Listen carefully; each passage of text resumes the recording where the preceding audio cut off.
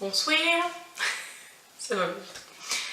Salut tout le monde, on se retrouve aujourd'hui pour une nouvelle vidéo.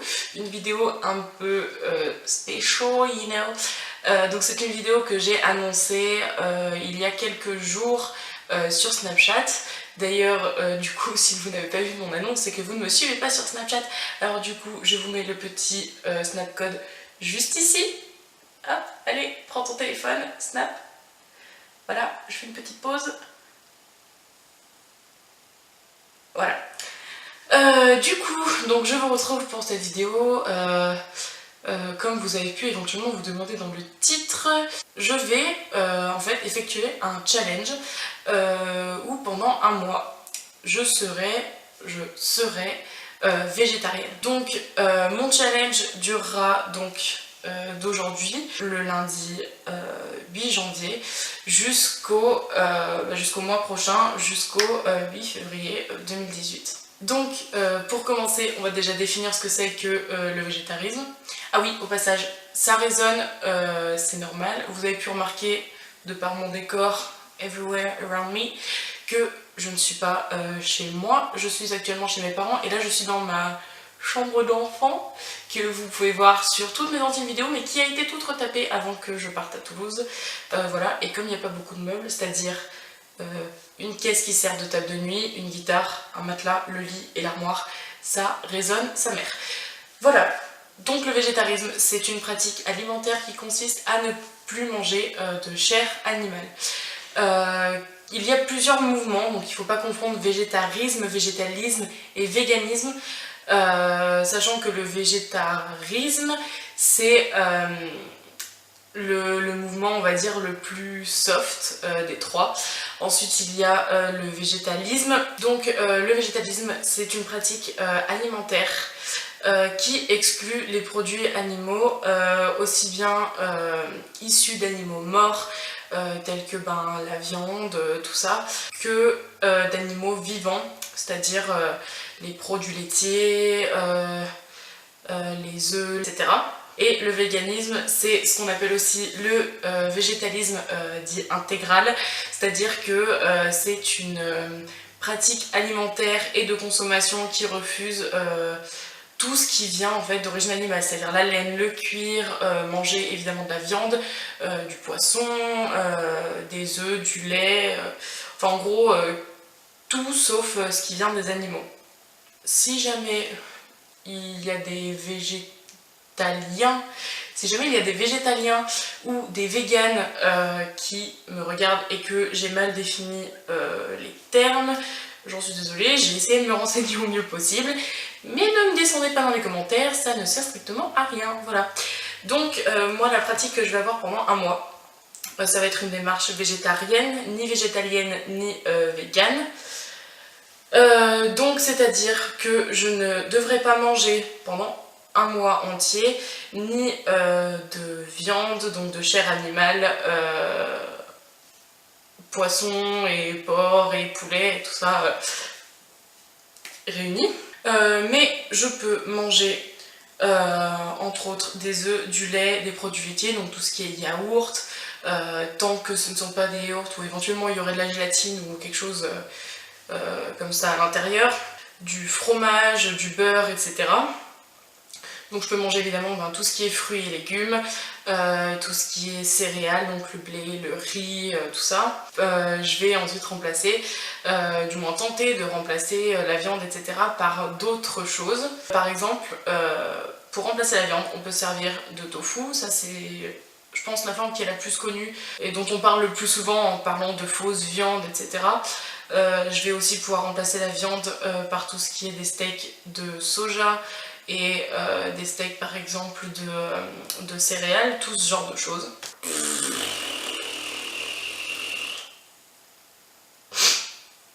Pour tous ceux qui ne connaissent pas, donc le tofu, c'est un aliment qui est autrement appelé du fromage de soja, car c'est tout simplement un aliment donc, qui vient à la base de la culture chinoise et qui est tout simplement obtenu grâce au caillage du lait de soja. Sinon, j'ai aussi entendu parler d'un aliment qui s'appelle le seitan, donc je me suis vite fait renseigner dessus.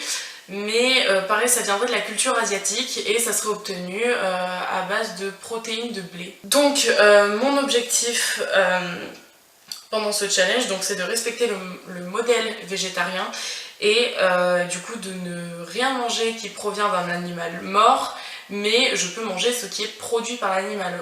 Autrement dit, pour les poules, les œufs, pour la vache, le lait, etc. Je vais vous parler un petit peu des raisons pour lesquelles la plupart des gens deviennent végétariens, ou même dans des cas plus extrêmes deviennent véganes. Il peut y avoir diverses raisons. Tout d'abord des raisons éthiques, dues à ce qu'on pourrait dire le point de vue extérieur en fait. Pour le bien-être en soi des animaux, du fait qu'ils sont contre la maltraitance des animaux, etc. Pour des raisons religieuses, pour des raisons aussi culturelles, comme par exemple nous dans notre culture, dans la culture classique française, la viande fait partie intégrante en fait de notre culture. C'est plutôt rare les personnes qui depuis leur enfance n'ont jamais mangé de la viande. Et c'est pour ça aussi aujourd'hui que je vais tester ce challenge, puisque moi depuis ma tendre enfance, j'ai, pour ainsi dire, tout le temps mangé de la viande. Ça fait partie intégrante de ma vie en fait. Donc sinon, il y a aussi des gens qui deviennent végétariens, végétaliens ou véganes pour la santé, pour être en meilleure santé, pour avoir une meilleure forme. Donc pour ma part, pour expliquer un petit peu pourquoi je fais ce challenge, je fais pas ce challenge comme ça sur un coup de tête à me dire tiens, ça serait sympa que je fasse un mois juste de végétarien, parce que voilà c'est stylé, aujourd'hui tout le monde est vegan, végétalien, végétarien, machin, pour x ou y raison. Non, alors ça n'a rien à voir avec ça, j'ai quand même des motivations. En fait, donc j'aime la viande, j'ai toujours aimé la viande, comme je vous l'ai dit, c'est quelque chose qui a toujours été, qui a toujours fait partie intégrante de ma vie et de mon alimentation en fait. Mais j'ai toujours été contre la maltraitance animale. J'ai toujours eu beaucoup de mal à regarder tout ce qui était documentaire et tout ça sur l'agriculture intensive, parce que ça me faisait beaucoup de mal. Et j'ai toujours préféré en fait, parce qu'on sait tous, on mange de la viande, mais on sait tous que, sauf quand c'est de la viande de bonne qualité qu'on achète, mais sinon on sait tous que c'est de la viande qui vient d'agriculture intensive, comme chez McDonald's, comme chez Burger King ou Quick ou ce que vous voulez. C'est tout des trucs qui viennent de grosses agricultures en fait. Et on sait très bien comment les animaux sont traités dans ces milieux-là, mais, et moi j'étais dans ce déni-là, on préfère pas le voir en fait. On préfère pas se dire que en achetant ça, c'est comme si on votait oui je suis d'accord en fait pour ce genre de choses. On préfère pas se dire ce genre de truc parce qu'on veut pas se sentir coupable en fait. Et moi la première, hein, j'ai toujours été comme ça. Et maintenant, on fait même plus le lien en fait entre le morceau de steak qu'on a dans notre assiette et la vache qui a été complètement tuée dans des conditions affreuses pour qu'on puisse bouffer ce steak en fait. On n'en est plus à ce niveau-là. Quand vous allez bouffer votre McChicken chez McDo, vous imaginez pas le petit poulet qui est dans une cage de 30 cm par 30 cm à être gavé et tout ça pour au final vous filer votre truc de poulet dans votre burger quoi. Donc ça c'est un truc, on fait même plus le lien à ce niveau là, tu bouffes du saucisson, bah voilà le saucisson c'est bon, mais tu fais même pas le lien de là où il vient en fait. Donc voilà, et moi je me suis rendu compte que j'étais dans cette mécanique là, parce que oui j'aime la viande, oui j'aime bouffer au McDo, oui j'adore la charcuterie et ça c'est un truc indéniable, mais je pense qu'il faut qu'on se remette tous à prendre conscience en fait de ça, de là où ça vient en fait, clairement. Il y a aussi le fait que à l'heure d'aujourd'hui, tous les élevages et tout ça, les animaux sont du coup dans des conditions affreuses, mais ils mangent aussi des trucs qu'ils ne mangeraient jamais en liberté, dans la nature, etc. Ils sont bourrés de médicaments, d'antibiotiques et tout ça, et rendez-vous compte quand même que tous les animaux qui bouffent mais des antibiotiques à foison, tous ces antibiotiques en fait, on vous le dit pas, mais vous les retrouvez dans la viande, et du coup vous en bouffez aussi en fait, vous bouffez des trucs pour des antibiotiques pour les animaux quand même, faut se rendre compte de ça en fait, on bouffe de ça tout le temps. Donc il y a tout ça, et il y a aussi le fait que les animaux meurent dans des abattoirs, ils sont à la file indienne les uns après les autres, et ils meurent dans des conditions affreuses où ils sont extrêmement stressés, et tout ce stress en fait provoque une certaine hormone enfin c'est mon avis, hein, mais j'ai aussi lu quelques trucs là-dessus, qui du coup se retranscrit dans la viande que vous mangez, et du coup bah c'est pas forcément bon non plus. Ensuite, inutile de vous rappeler que tous ces animaux sont bourrés d'hormones à donf pour qu'ils grandissent le plus vite possible, pour faire des rendements pas possibles, pour avoir de la money, hein, et que du coup bah, tous ces hormones ils vont où? Et bah, ils vont dans votre estomac et dans votre corps parce que vous les bouffez aussi en fait. Donc voilà, il y a aussi pour ça que je me dis que ça serait peut-être pas plus mal de... Alors pas forcément que plus personne ne bouffe de viande, mais au moins de réduire sa consommation. J'ai jamais en fait osé sauter le pas du végétarisme, parce que j'ai toujours pensé en fait à ce que j'allais y perdre, et je me suis toujours dit que la viande c'était un truc qui allait trop me manquer en fait, parce que j'aime trop la charcuterie, j'aime trop le saucisson, le jambon cru, tout, j'aime trop en fait la viande, et je me suis toujours dit putain, jamais de ma vie je pourrais vivre sans viande en fait. Mais du coup le fait de faire une alimentation comme ça végétarienne pendant un mois, je pense que déjà ça va peut-être me montrer un petit peu, ça va me faire découvrir un petit peu ce mouvement qu'est le végétarisme, et qu'est-ce que ce mode de vie en fait au final, parce qu'on en parle, mais techniquement on sait pas vraiment ce que c'est. Enfin, je parle pour ceux qui ne le sont pas, hein, parce qu'évidemment ceux qui le vivent le savent très bien, mais on en parle de partout sans forcément l'être en fait, et au final on sait pas vraiment ce que c'est. Donc je voulais aussi faire ça, du coup pour justement découvrir ce que c'est que le végétarisme, et peut-être qu'au final ça me plaira et qu'au final je voudrais continuer là-dessus. Mais voilà, c'était surtout aussi en partie pour découvrir ce mode de vie en fait. Et donc ensuite, comme je vous le disais, je pense sincèrement que la viande est nécessaire à notre alimentation, parce que voilà, depuis la nuit des temps, on en a toujours mangé. Il y a des choses dans la viande qu'on ne pourra pas forcément retrouver ailleurs. Alors effectivement, tout ce qui est protéines et tout ça, on peut très bien en trouver d'autres sources ailleurs, hein. Des protéines végétales, il y en a des tonnes et des tonnes, quoi. Donc ça sert à rien forcément de manger de la viande si c'est juste pour avoir des protéines, parce que tu peux très bien en trouver ailleurs. Mais je pense quand même que la viande est nécessaire à notre alimentation, quand bien même ça se fait toujours un petit plaisir, on va dire, parce que certains ne prennent pas de plaisir à manger de la viande, mais certains en prennent aussi. Il faut savoir être objectif là-dessus et comprendre les autres, que certaines personnes aiment bien parfois se faire une bonne bavette de bœuf, enfin des choses comme ça. Mais je pense que à l'heure d'aujourd'hui, on en mange vraiment beaucoup trop, puisqu'on est rentré dans une mécanique de bouffer de la viande tous les jours, à tous les repas. Même le matin au petit déjeuner, tout le temps au midi et même le soir, alors que déjà, je vous le rappelle, effectivement c'est bien de manger salé le matin, mais on devrait manger beaucoup le matin, un peu moins à midi et quasiment pas le soir, chose que très peu de personnes font, puisque voilà, on est rentré dans ce modèle-là de bien manger tout le temps. Le matin, au contraire, on mange pas forcément beaucoup, un petit café avec quelques tartines. Le midi, on mange plutôt normalement, et le soir, on soupe et on mange beaucoup par rapport à ce qu'on devrait en fait. Et maintenant on est rentré dans un modèle où on bouffe de la viande tous les jours et à tous les repas, et ça c'est pas nécessaire en fait. Tous les nutritionnistes le disent, les médecins le disent, ça ne sert à rien de bouffer de la viande tous les jours. La viande, on est censé en manger, mais je dirais environ 3-4 fois par semaine, mais max quoi, avec une ou deux fois du poisson, mais pas plus en fait, c'est pas fait pour en bouffer tous les jours. Et c'est ça le problème, c'est que maintenant comme on en bouffe tous les jours et tout ça, ça encourage en fait l'agriculture intensive et l'industrie de la viande et tout ça à produire encore plus et encore plus et encore plus et encore plus. Sauf que le fait de produire en masse comme ça, et faut faire des rendements, donc faut rationner la place dans les box pour les animaux, faut réduire le coût de la bouffe, réduire le coût des vétérinaires et tout ça, donc c'est pour ça qu'on les bourre d'antibiotiques pour qu'il n'y en ait aucun qui tombe malade. Enfin, c'est aberrant en fait ce que ça donne.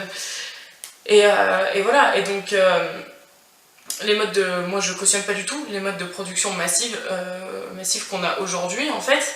Et ça crée un grand danger aussi pour la planète. Alors ne me prenez pas pour une écolo, nanana, mais voilà, qu'on se le dise, ça crée quand même un grand danger pour la planète. Pour vous donner quelques petits chiffres que j'ai notés sur mon petit ordinateur, l'élevage animal produit environ 4,5% des gaz à effet de serre, dont 8,8% uniquement de l'élevage bovin. Et c'est plus que les gaz à effet de serre produits par les transports.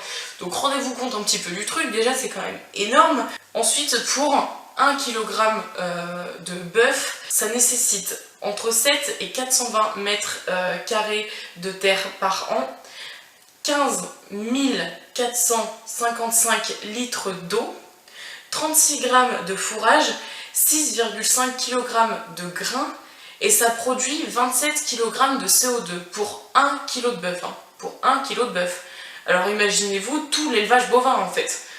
Sachant que déjà un bœuf ça fait plus de 1 kg. Hein, je sais pas combien ça pèse, hein, mais je sais qu'un cheval ça pèse dans les environs de 400 kg. Je me dis qu'un bœuf ça doit peser la même chose, si ce n'est pas mal plus.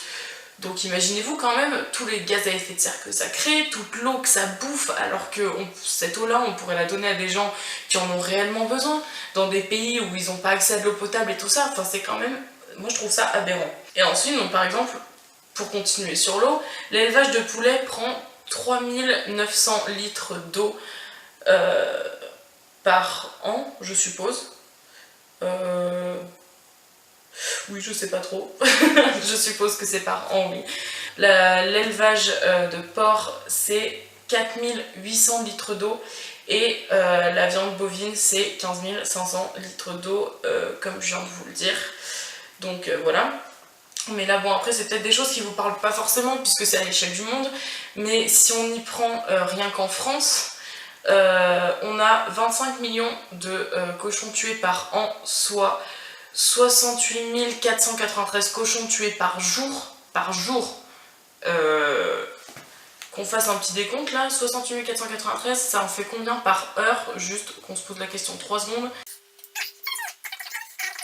Ça fait 2854 cochons par heure. Non mais c'est, enfin je trouve ça aberrant, c'est énorme. Et il y a 5,2 millions de bovins tués par an, soit 14 247 tués par jour. Donc encore une fois c'est énorme, et ça c'est en France, hein. C'est pas dans le monde, c'est en France. Et un Français mange près de 89 kg de viande par an, soit plus de 240 grammes par jour, c'est-à-dire plus de 6 tranches de jambon par jour. Imaginez-vous bouffer un paquet de jambon par jour. Enfin en tout cas pour moi ça me paraît énorme, moi c'est un truc que ça m'arrivera jamais quoi. Mais ouais, un paquet de tranches de jambon par jour, même plus en fait. Voilà, et en gros pour notre pays ça représente l'abattage de 1,1 milliard d'animaux par jour. 1,1 milliard. Genre c'est 1/7 de la planète en être humain. Enfin je trouve ça aberrant quoi. Donc bon voilà. Donc du coup voilà, donc je vais faire ce challenge pendant un mois.